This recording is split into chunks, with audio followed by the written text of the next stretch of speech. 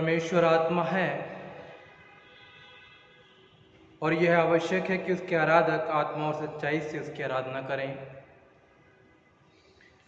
आइए इस समय हम लोग इस गीत के माध्यम से परमेश्वर की स्तुति को करेंगे।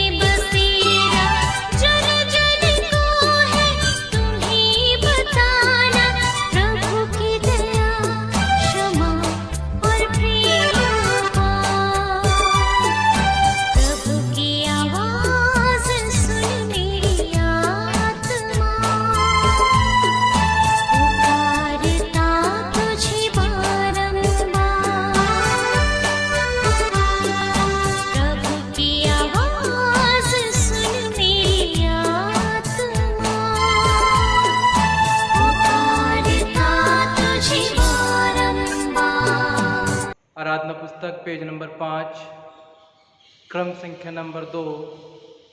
आइए हम लोग प्रभु की सराहना को करें।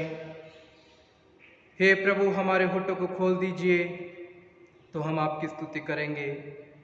हे प्रभु, हम प्रातःकाल आपसे ही प्रार्थना करते हैं, आप हमारी पुकार अवश्य सुनेंगे। परमेश्वर पिता, हमारे सृष्टिकर्ता की महिमा हो, उसके पुत्र हमारे मुक्तिदाता की महिमा हो, उसके आत्मा हमें पवित्र करने वाले की महिमा हो, जैसे आदि में थी, अब है और सदा युग युगांत होती रहेगी। आमीन। हे सर्व सामर्थी प्रभु परमेश्वर, आप पवित्र पवित्र पवित्र हैं। स्वर्ग और पृथ्वी आपके ऐश्वर्य से परिपूर्ण है। परमधाम में आपकी स्तुति हो। हम लोग पश्चाताप तथा पाप स्वीकरण करेंगे। क्रम संख्या नंबर 3। हम सर्वशक्तिमान परमेश्वर के सामने दीनता से अपने पापों को स्वीकार करें।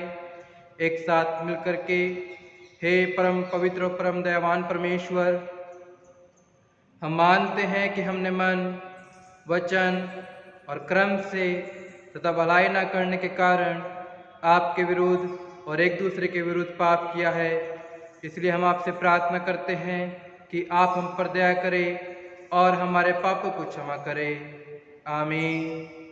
सर्वशक्तिमान और दयावान परमेश्वर, हमारे सब पापों को क्षमा करें और उनसे हमें छुटकारा दे। हमें अपने जीवन को सुधारने के लिए अनुग्रह दे और पवित्र आत्मा के सामर्थ्य से हमें परिपूर्ण करे। आमीन। इस समय पवित्र शास्त्र में से पहला पाठ हमारे मध्य में पढ़ा जाएगा। प्रेरितों के काम पहला अध्याय 1 से लेकर 11 पद तक। Acts chapter 1:1-11।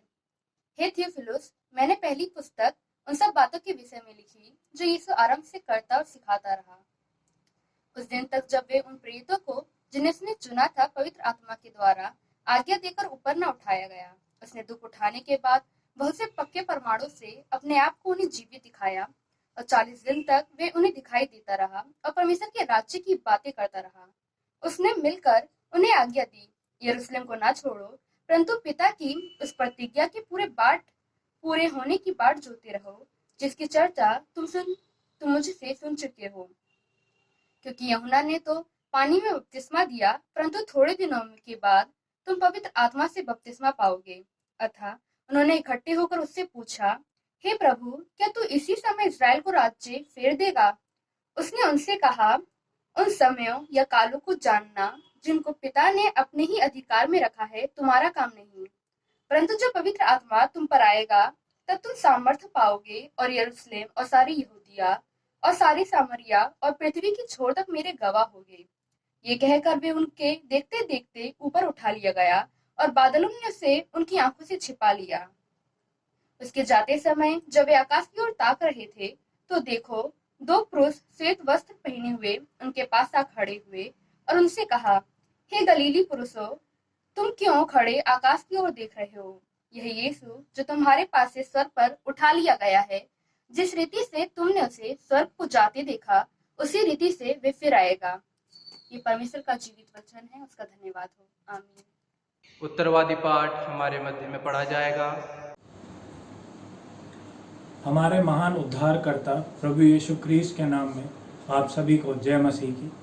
आज का उत्तरवादी पाठ लिया गया है भजन संहिता, उसका 47वां अध्याय, पहली आयत से 9वीं आयत तक। हे सब जातियों, आनंद से ताली बजाओ, ऊंचे स्वर में परमेश्वर का जय जयकार करो, क्योंकि प्रभु सर्वोच्च परमेश्वर भय योग्य है, वह समस्त पृथ्वी का सम्राट है। वह कौमों को हमारे अधीन और राष्ट्रों को हमारे चरणों तले करता है। उसने हमारे लिए प्रत्येक भूमि को याकूब की शोभा को चुना है, वह याकूब से प्रेम करता है। भक्तों की जय जयकार के समय, तुरी की ध्वनि के समय प्रभु परमेश्वर ऊपर गया। परमेश्वर की स्तुति गाओ, हमारे राजा की स्तुति गाओ। परमेश्वर समस्त पृथ्वी का सम्राट है, विशेष गीतों के साथ स्तुति गाओ। परमेश्वर समस्त राज्यों पर राज करता है, परमेश्वर अपने पवित्र सिंहासन पर विराजता है। अब्राहम के परमेश्वर की प्रजा बनने के लिए जाति जाति के सामंत एकत्र हुए हैं, क्योंकि पृथ्वी की ढालें परमेश्वर की है, वह अत्यंत उन्नत हुआ है। पिता, पुत्र और पवित्र आत्मा की महिमा हो, जैसे आदि में थी, अब है और सदा होती रहेगी। आमीन। पवित्र शास्त्र में से दूसरा पाठ हमारे मध्य में पढ़ा जाएगा। आइए हम परमेश्वर के वचन से देखें लूका रचित सुसमाचार, उसका 24वां अध्याय और 44 वर्ष से लेकर अंतिम 53 वर्ष तक, जहाँ इस प्रकार लिखा है। फिर उसने उनसे कहा, ये मेरी वे बातें हैं जो मैंने तुम्हारे साथ रहते हुए तुमसे कही थी, कि अवश्य है कि जितनी बातें मूसा की व्यवस्था और भविष्यवक्ताओं और भजनों की पुस्तकों में मेरे विषय में लिखी हैं, सब पूरी हों। तब उसने पवित्र शास्त्र बूझने के लिए उनकी समझ खोल दी और उनसे कहा, यूँ लिखा है कि मसीह दुख उठाएगा और तीसरे दिन मरे हुओं में से जी उठेगा और यरूशलेम से लेकर सब जातियों में मन फिराव का और पापों की क्षमा का प्रचार उसी के नाम से किया जाएगा। तुम इन सब बातों के गवाह हो। और देखो, जिसकी प्रतिज्ञा मेरे पिता ने की है, मैं उसको तुम पर उतारूंगा, और जब तक स्वर्ग से सामर्थ ना पाओ, तब तक तुम इसी नगर में ठहरे रहो। तब वह उन्हें बैतनिय्याह तक बाहर ले गया और अपने हाथ उठाकर उन्हें आशीष दी, और उन्हें आशीष देते हुए वह उनसे अलग हो गया और स्वर्ग पर उठा लिया गया। तब वे उसको दंडवत करके बड़े आनंद से यरूशलेम की ओर लौट गए, और वे लगातार मंदिर में उपस्थित होकर परमेश्वर की स्तुति किया करते थे। ये परमेश्वर का पवित्र वचन है, इस पर आशीष मिले। आइए हम सभी मिलकर के प्रेरितों का विश्वास वचन को बोलेंगे। पेज नंबर 8, क्रम संख्या नंबर 12। मैं सर्वशक्तिमान पिता, स्वर्ग और पृथ्वी के सृष्टिकर्ता परमेश्वर पर विश्वास करता हूँ। मैं उसके इकलौते पुत्र हमारे प्रभु यीशु मसीह ख्रीस्त पर विश्वास करता हूँ। वह पवित्र आत्मा की सामर्थ से गर्भ में आए और कुंवारी मरियम से जन्मे। उन्होंने पिलातुस पिलातुस के शासन में दुख भोगा। वह क्रूस पर चढ़ाए गए, मरे और गाड़े गए और मृतकों के लोक में उतरे। तीसरे दिन वह जी उठे। वह स्वर्ग पर चढ़ गए और पिता की दाहिनी ओर विराजमान हुए। वह जीवित और मृतकों का न्याय करने को फिर आएंगे। मैं पवित्र आत्मा पर, पवित्र सालों की कलीसिया पर, संतों की संगति, पापों की क्षमा, देह के पुनरुत्थान और शाश्वत जीवन पर विश्वास करता हूँ। आमीन। प्रार्थना करें। प्रभु आपके साथ हो और आपके साथ भी। आइए हम सभी एक साथ मिलकर के प्रभु की प्रार्थना में शामिल होंगे। हे हमारे स्वर्गीय पिता, आपका नाम पवित्र माना जाए, आपका राज्य आए, आपकी इच्छा जैसे स्वर्ग में पूरी होती है वैसे पृथ्वी पर भी पूरी हो। हमारे दिन भर की रोटी आज हमें दीजिए। आप हमारे अपराधों को क्षमा कीजिए जैसे हमने अपने अपराधों को क्षमा किया है। आप हमें परीक्षा में मत डालिए, परंतु बुराई से बचा लीजिए, क्योंकि राज्य, पराक्रम और महिमा अब और सदा सर्वदा आप ही की है। आमीन। प्रेत निवेदन। हे प्रभु, अपने आत्मा की शक्ति से हमें प्राण फूंक दीजिए और आपकी सेवा आनंद से करने के लिए हमें जागृत कर दीजिए। न्याय और स्वतंत्रता को फैलाने के लिए हमारी सहायता कीजिए और सबको जीवन की भरपूरी प्रदान कीजिए। दरिद्रों और दलितों के प्रति अपना प्रेम हमें उत्पन्न कीजिए। जो बीमार है और मृत्यु के निकट है, उन सबको आशा और दिलासा दीजिए। वर दीजिए कि हमारे देश में एकता और मेल मिलाप बना रहे और देशवासियों को शांति की आशीष मिले। जिनको अधिकार प्राप्त है उनका अपने पवित्र आत्मा के द्वारा मार्गदर्शन कीजिए और आपका शासन समस्त संसार में हो। हे प्रभु, अपने लोगों को आशीष दीजिए और हमें विश्वास तथा प्रेम में स्थिर रखिए। आज हम लोग पुनरुत्थान पर्व के पश्चात छठवां रविवार मना रहे हैं। आज की विशेष प्रार्थना इस प्रकार से है। हे सर्वशक्तिमान परमेश्वर, हम यह विश्वास करते हैं कि आपका इकलौता पुत्र हमारे प्रभु यीशु मसीह स्वर्ग में उठाए गए। हम पर दया कीजिए और हमें यह वर दीजिए कि हम अपने मन तथा हृदय के स्वर्ग में उठाए जाएं और निरंतर उनके साथ रह सके। उन्हीं के द्वारा जो आपके और पवित्र आत्मा के एक साथ परमेश्वर हैं और आप तथा सदा सर्वदा जीवित और राज्य करते हैं। आमीन। आज का प्रस्तावित विशेष प्रकार से है। स्वर्ग में विराजमान प्रभु उन लोगों को संभालते हैं जो विश्वास के बंधन में उनसे जुड़े हैं। हम लोग प्रार्थना में लगे रहेंगे। क्रम संख्या नंबर 17। हे प्रातःकाल के सृष्टिकर्ता परमेश्वर, आपने अंधकार को दूर किया और आप संसार में प्रकाश लाए। आप हमारे मध्य से पाप के अंधकार को मिटा दीजिए, हमारे हृदय में अपने सत्य का प्रकाश उत्पन्न कीजिए और हमारे हाथों को भले कार्य करने के लिए सबल बनाइए। आपके पुत्र प्रभु यीशु मसीह ख्रिस्त सत्य ज्योति है, उन्हीं के द्वारा आप हमें प्रकाश और आनंद प्रदान कीजिए। आमीन।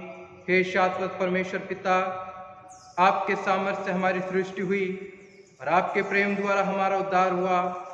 आप अपने पवित्र आत्मा के द्वारा हमारा मार्गदर्शन कीजिए और हमें सबल बनाए कि आज हम अपने आप को प्रेम से आपकी और एक दूसरे की सेवा में अर्पण करें। आमीन। 13 मई वर्ष 2021 में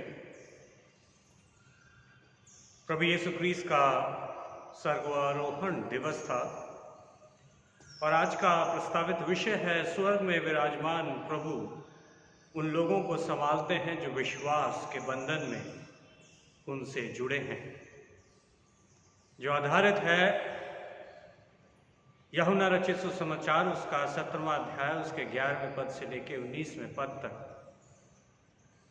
और हमारे इस मनन का आधार रहेगा पद 19, जिसमें प्रभु यीशु ख्रीस्त पिता परमेश्वर से ये प्रार्थना करते हैं कि मैं उनके लिए अपने आप को पवित्र करता हूँ।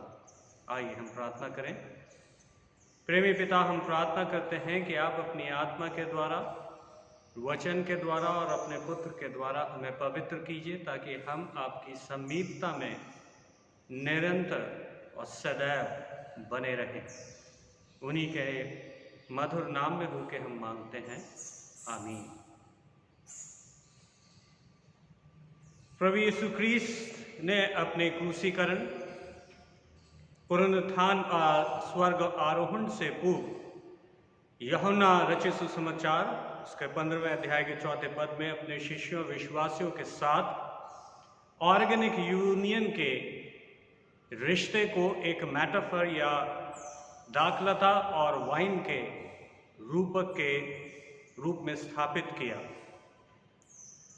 और यूहन्ना रचित सुसमाचार उसके 17वें अध्याय में ऑन्टोलॉजिकल अप्रोच के माध्यम से उन्होंने अपने संबंध को स्पष्ट किया, क्योंकि जो कुछ सच है उसका वास्तविक होना जरूरी है, या यूं कहें कि सत्य का स्वाभाविक होना अनिवार्य है।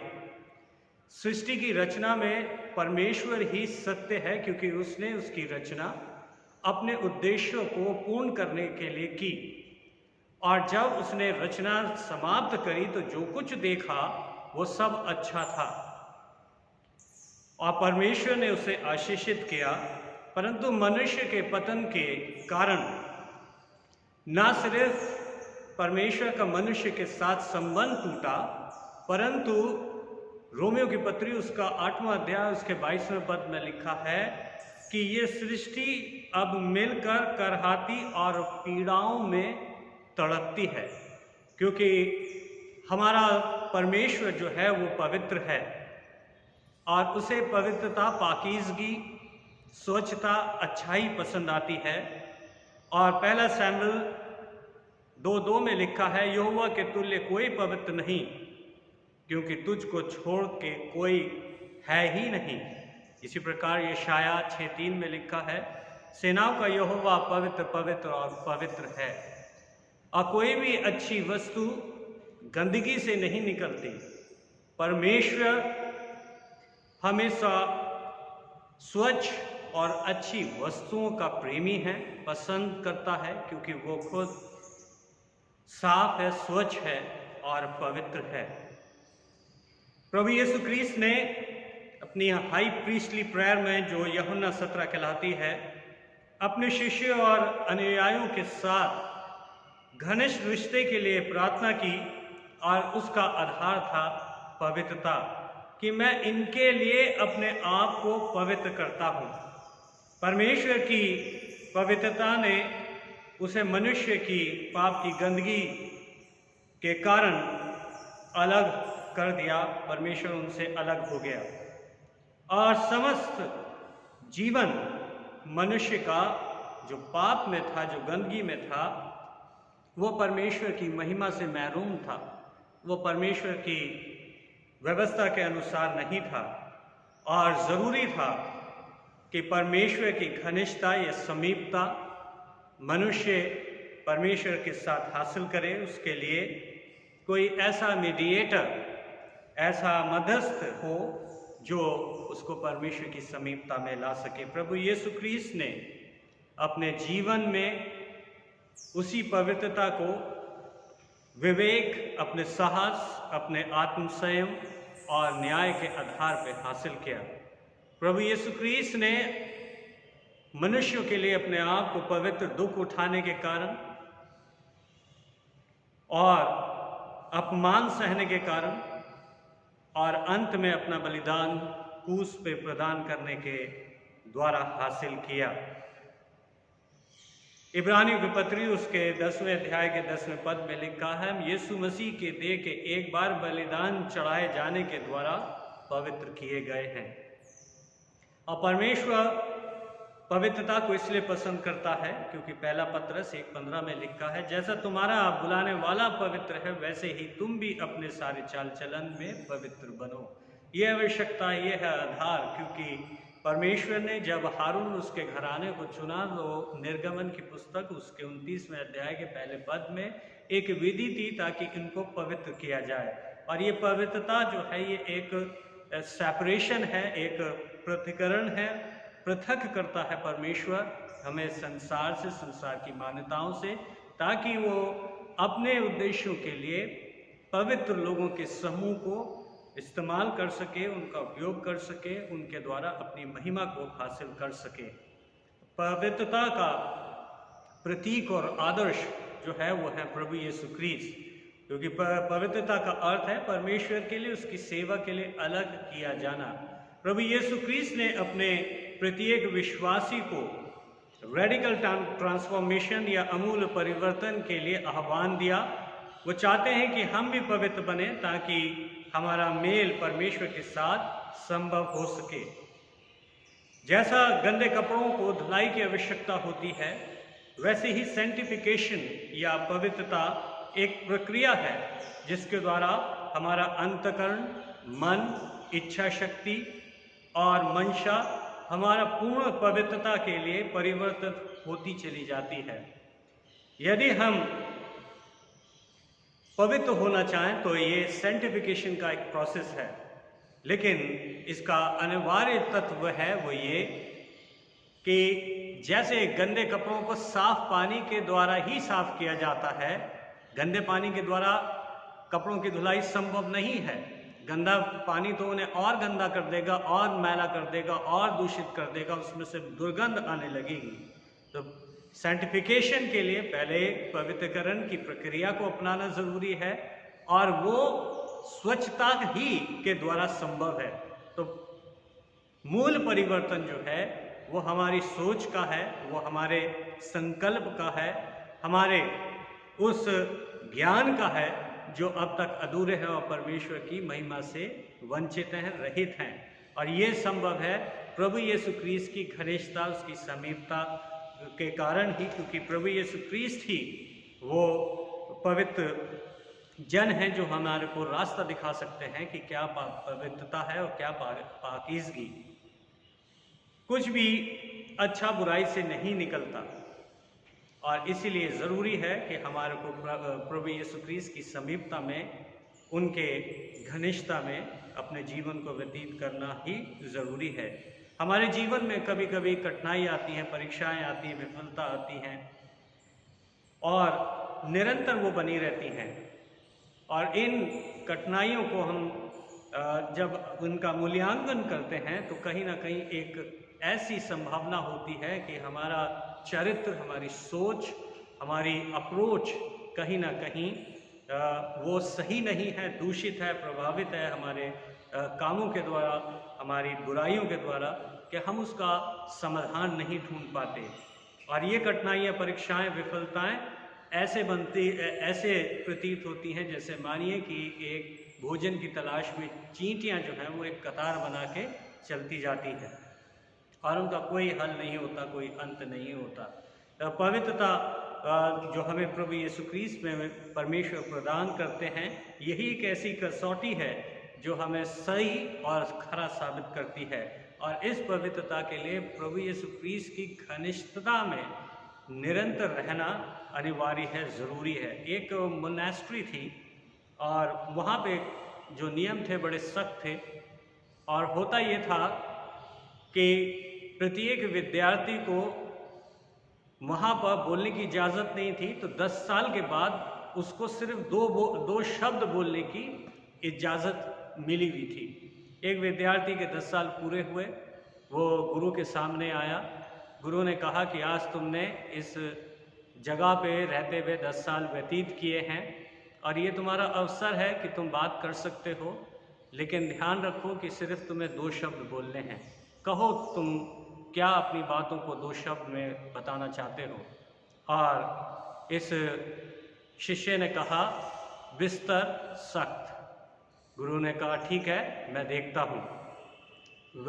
जो वक्त था वो बीतता गया, फिर से 10 साल बीत गए और फिर इस विद्यार्थी का मौका आया कि ये गुरु के सामने उपस्थित हो और 2 शब्दों में अपनी बात को रखे। गुरु ने कहा कि आज तुमने फिर 10 साल पूरे किए हैं, कहो क्या तुम कहना चाहते हो। और इस शिष्य ने फिर 2 शब्द कहे, खाना बासी। गुरु ने कहा मैं देखता हूँ। और उसके बाद फिर से जो था वो वक्त बीतने लगा और फिर 10 साल बीत गए और ये अवसर था कि ये तीसरी बार गुरु के सामने उपस्थित हो 10 साल के इस अंतराल में। और जब ये वहाँ पे आया तो इसके गुरु ने कहा कि आज फिर से तुम्हारा मौका है कि तुम 2 शब्द बोल सकते हो, कहो क्या कहना चाहते हो। और इस शिष्य ने कहा मैं हारा। तब गुरु ने कहा कि तुम हारे इसलिए नहीं कि तुम अपनी परिस्थितियों को बदल नहीं सकते थे, तुम इसलिए हारे क्योंकि तुमने चेष्टा नहीं की, क्योंकि तुम्हारे में कुछ ना कुछ बुराई थी, पूर्णतः तुम साफ नहीं थे, अच्छे नहीं थे, पाक नहीं थे, न अपनी सोच में न अपने काम में, क्योंकि तुमने कठिनाइयों को खुद आमंत्रित किया है, उनका समाधान नहीं ढूंढा। मेरे अजीज़ों, आज का दौर ऐसे ही है, समस्याएं एक के बाद एक हमारे सामने आती जा रही है। हर संभव प्रयास हम कर रहे हैं, कोई ऐसी चीज़ नहीं, कोई ऐसा साधन नहीं जिसे हम ना इस्तेमाल कर रहे हो, ना अप्रोच कर रहे हो, लेकिन तब भी ऐसा प्रतीत होता है कि हमारी समस्याओं का कोई अंत नहीं। हमारे जीवन में आध्यात्मिकता, प्रभु यीशु क्रिस्त की घनिष्ठता और पवित्रता ही वो समाधान है जो हमें हर परेशानी से बाहर निकालने में सक्षम है। परमेश्वर हमारी मदद करे कि जो उसने वचन दिया है, जो उसने प्रभु यीशु क्रिस्त का आदर्श दिया है, प्रेरित करता रहे कि पाक साफ जीवन हम व्यतीत करें। जब हर चीज़ अच्छी है, जब हर चीज़ पाक है तो गंदगी का कोई अंश नहीं, बीमारी का कोई अंश नहीं, कोई समस्याओं का अंश नहीं और कोई भी परीक्षाओं की जगह नहीं। खुदावंद हमें फतेहमंद करे, परमेश्वर पिता पुत्र पवित्र आत्मा के नाम में आमीन। शुभ प्रभात, जय मसीह की। Saint Paul's church CNI Agra की ऑनलाइन सर्विस में तमाम जो हमारे चर्च के मेंबर हैं और आप सभी का हार्दिक स्वागत है। आज प्रभु यीशु ख्रीस्त के पुनरुत्थान पर्व के पश्चात छठवां रविवार है, 16 मई 2020-21 का रोज़। कलीसिया सूचना इस प्रकार है। हम अपनी निजी और पारिवारिक दुआओं में याद रखें डॉक्टर रोहित सिन्हा को, डॉक्टर अमित नालसन सिंह के लिए हम प्रार्थना करते रहें, डॉक्टर माइकल एलिस के लिए हम प्रार्थना करते रहें, मिसेस चांदनी जोशी और मिस्टर ऑलिवर एम जेकब के लिए हम दुआएं करते रहें। आप में से जो कोई बीमार है या वह किसी भी रूप से वो प्रार्थना चाहता है कि हम आपके लिए दुआ करें, तो मेहरबानी से आप हमें कांटेक्ट करके इत्तला कर सकते हैं, सूचित कर सकते हैं। हम निश्चित रूप से आपके लिए प्रार्थना करेंगे। आप में से जो कोई ऑनलाइन सर्विस में स्पेशल नंबर देना चाहते हैं, विशेष गीत प्रस्तुत करना चाहते हैं, तो वो रेवरेंड मेलविन चार्ल्स से कांटेक्ट कर सकते हैं, उन्हें सूचित कर सकते हैं। मिसेस मीना उल्रिक, जिनका इंतकाल 11 मई वर्ष 2021 में हुआ, उनके हम गमज़दा परिवार को अपनी दुआओं में याद रखें और खुदा से हम प्रार्थना करें कि उनकी रूह को वो अपने पास सलामती के साथ महफूज रखे। एक शादी का इश्तिहार है।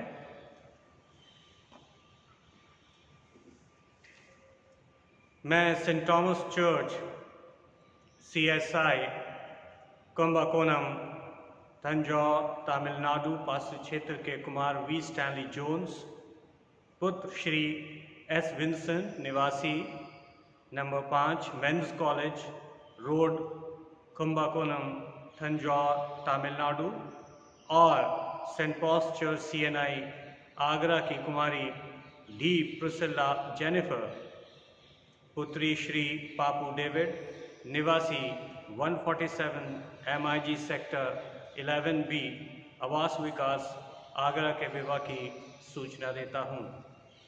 यदि आप में से कोई व्यक्ति ऐसा उचित कारण जानता है जिससे इन दोनों का विवाह में जोड़ा जाना विधि सम्मत ना हो, तो वह इस मंडी के प्रभारी पुरोहित को लिखित रूप में सूचित करें। यह इनके विवाह की अंतिम और तीसरी पुकार है। आइए हम इन दोनों के लिए प्रार्थना करें। हम स्टैनली और प्रिसिल्ला के लिए प्रार्थना करें। ये हमारे पिता परमेश्वर, हम स्टैनली और प्रिसिल्ला के लिए आपकी आशीष मांगते हैं। ये चाहते हैं कि विवाह के द्वारा दोनों जोड़े जाएं। हम प्रार्थना करते हैं कि आप इनको पवित्र विवाह के लिए तैयार करें और इनके जीवन भर इनका मार्गदर्शन करते रहें, हमारे प्रभु यीशु मसीह के द्वारा। आमीन। Today on 16th May 2021, I have published the third and final banns of marriage between V. Stanley Jones and D. Priscilla Jennifer. Objection to this effect has been invited in writing. Thank you. आइए हम लोग एक और गीत को सुनेंगे और इसी गीत के माध्यम से परमेश्वर की स्तुति को करेंगे।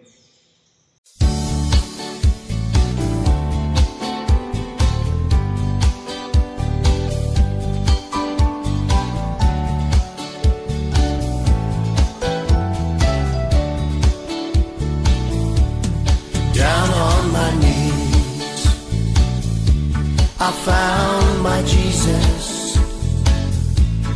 Down on my knees, I I found my Lord. It wasn't on the mountain, not in the valley, but it was on my knees. I found my Lord. Once I was blind, I could not see the glory of Jesus, so rich and free. I've heard about him, the man of Galilee. I cried out, Lord, oh help me please. Down on my knees, I found my Jesus. Down on my knees, I found my Lord. It wasn't on the mountains, not in the valley, but it was on my knees. I found my Lord. He took my hands, I held up high, and he saw the tears that I have cried. Oh, he came down and held me tight, and he said, my child, you are mine. I went down on my knees, and I asked the Lord, have mercy please. He had compassion, he showed me love. Now I praise the Lord above. Down on my knees, I found my Jesus. Down on my knees, I found my Lord. It wasn't on the mountains, not in the valley, but it was on my knees. I found my Lord, but it was on my knees. I found my Lord. Oh, but it was on my knees. I found my Lord.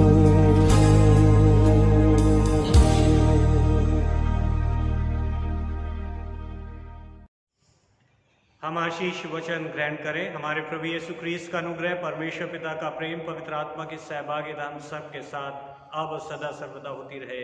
आमीन।